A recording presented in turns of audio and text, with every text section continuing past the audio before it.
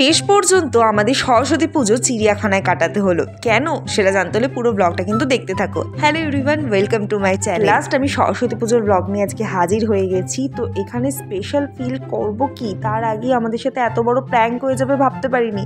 আমরা গিয়েছিলাম ইকো পার্কে, কিন্তু গিয়ে দেখি পার্ক বন্ধ। কেমন লাগছে বল? ভালো লাগছে না, একটু ভালো লাগছে না আজকে। তো শুনে নিলে আমার বান্ধবীর মনের কষ্ট, শুধু ওর না আমারও। ভাবো ইকো পার্ক ঘুরতে এসেছি, সেটা বন্ধ। আর তোমাদেরও বলে রাখি, কখনো সোমবার আসবে না, কারণ প্রত্যেক সোমবার বন্ধ থাকে। তো এখানে আমরা বেরিয়ে পড়লাম নতুন কোনো সুন্দর সুন্দর জায়গা খোঁজার উদ্দেশ্যে। আর তারই মধ্যে রাস্তায় খুব সুন্দর সুন্দর লোকেশন ছিল, জানো তো। এরকম ভিডিও ফটো অনেক পাগলামি আমরা করেছি। তারপর হাঁপিয়ে গেছি, তাই বসে একটু রেস্ট নিলাম। তো রেস্ট নেওয়ার পর আর বেশি সময় নেই, কারণ সময় ওয়েস্ট করলে হবে না। তো আমরা আবার হাঁটতে শুরু করলাম। আর হাঁটতে হাঁটতে পৌঁছে গেলাম মিষ্টি হাবের কাছে। আর এই মিষ্টি হাবের কাছে সত্যি লোকেশনটা কিন্তু খুব সুন্দর ছিল, ভালো ভালো ছবিও এসছে, জানো তো। আর এই ম্যাডাম এখানে ছবি তুলতেই ব্যস্ত, আর আমি লুকিয়ে লুকিয়ে ওর ভিডিও করি। এখানে যে ফড়িংয়ের মতো লাফিয়ে উঠলো কেন জানো? কারণ ওর এখানে খুব ভালো নাকি ছবি আসছে। ও ভাবা যায়। তো তারপর এখান থেকে আমরা একটা টোটো করলাম, কারণ ও বললো কাছাকাছি এখানে একটা জু ছিল ছোটোখাটোর ওপরই। তো সেখানেই চললাম। আর টোটোর মধ্যেও এখানে পাগলামি আমাদের চলছিল নন স্টপ। তো এখানে মানে ইকো পার্কের 4 নম্বর গেট কিন্তু ফেলে রেখেই এই জুটা আছে। ইকো পার্ক থেকে জু যেতে হলে যে কোনো মানে ইকো পার্কের যে কোনো গেট থেকেই তোমরা টোটো ধরে নেবে, একদম জুয়ের সামনেই নামাবে। আর একদম সময় কম লাগে, 5 থেকে 7 মিনিট। আর এর টাইমিং হচ্ছে 9:30 থেকে 5:30 অবধি। আর এন্ট্রি ফি হচ্ছে 50 টাকা পার পার্সন। তো ঢুকতেই বাঁদিকে পড়বে এই যে পাখির খাঁচাগুলো, এখানে কিচিরমিচির চলতেই ছিল, কিন্তু বেশ ভালো লাগছিল। তারপর ঢোকার পর তোমাদের পুরোটা দেখাচ্ছি। তারপর বাচ্চাদেরও কিন্তু খেলার জায়গা রয়েছে, বসার জায়গা রয়েছে। আর সব থেকে অবাক বিষয় ছিল এই একটা জায়গা যেখানে সবাই এসে ছবি তুলছে।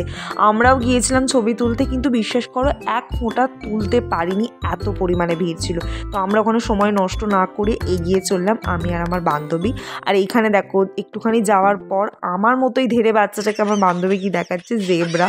সত্যি বলছে, আমি এখনও কিন্তু মন থেকে বাচ্চাই আছি। আমি প্রচণ্ড এনজয় করেছি এইসব পশু পাখি দেখে। আর অনেক দিন পর জানো তো আমি হাঁসও দেখছি। বিশ্বাস করো বহু যুগ হয়ে গেল আমি হাঁস দেখিনি। তোমরা শুনলে অবাক হবে বা হাসবে। আর এখানে দেখো কি দেখতে পেয়েছি, জিরাফ। একটা তো এখানে ঘুরতে ঘুরতে ঢুকেই পড়লো ঘরের ভেতর, আর একজন এখানে ঘুরছিল। তারপর দেখো আমাদের মতোই একটা ল্যাথখোর কুমিরকে খুঁজে পেয়েছি, যে খালি শুয়েই ছিল, না নরণ চরণ কিচ্ছু ছিল না। তারপর এখানে একটা কি ছিল জানি না, মনে হয় একটা বাঁদর ছিল, কোন ওই দূরে বসেছিল। আমি নিজেও দেখতে পাইনি, বিশ্বাস করো। আমার বান্ধবী তো দেখানোর চেষ্টা করছে, বাট দেখতে পাইনি। তারপর আর এক ধরনের এখানে বাঁদর ছিল। বাঁদর এখানে দুটো, এই খাঁচাটায় দুটো বাঁদর ছিল, জানো তো।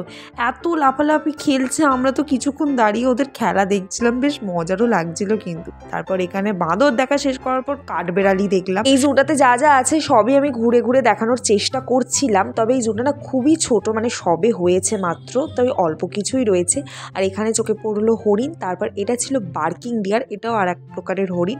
তো এইসব দেখার পর আমরা তারপর বেরিয়ে এসেছিলাম। আর আসার পরে এত খিদে পাচ্ছিল, তাই ভাবলাম একটু ঘটি গরম খাওয়া যায়। ঘটি গরম তো খেয়ে আমাদের পেট ভরলো না, খিদে তো প্রচণ্ড পাচ্ছিল। বাট এখানে খাবার ব্যবস্থাটা না ঠিকঠাক, মানে মনের মতো আমরা খেতে পারিনি। তো ভাবলাম কাছাকাছি ছিল সিটি সেন্টার, তো ঘোরাও হয়ে যাবে, কিছু খাওয়াও হয়ে যাবে।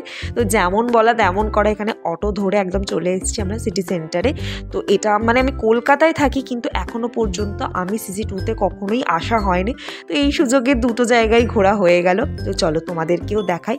তো ফার্স্টে গেলাম আমরা ওপরের ফ্লোরটা, চলো ওপরের ফ্লোরটা থেকে পুরো ভিউটা দেখাই।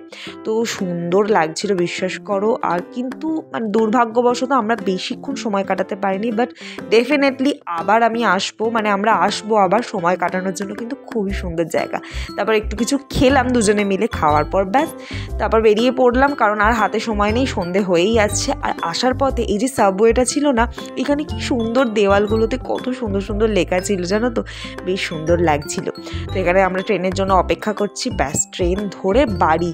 আর বাড়ি আসার পর ভীষণ এক্সহস্টেড হয়ে পড়েছিলাম, কারণ প্রচণ্ড পরিমাণে জার্নি হয়েছিল সেদিনকে। আর আনন্দটাও ততটাই হয়েছিল। তো ব্লগটা এখানেই শেষ করছি, দেখাচ্ছি নেক্সট কোনো সুন্দর ব্লগ নিয়ে। তোমরা ততক্ষণ চ্যানেলকে সাবস্ক্রাইব করো। আজকের মতো টাটা।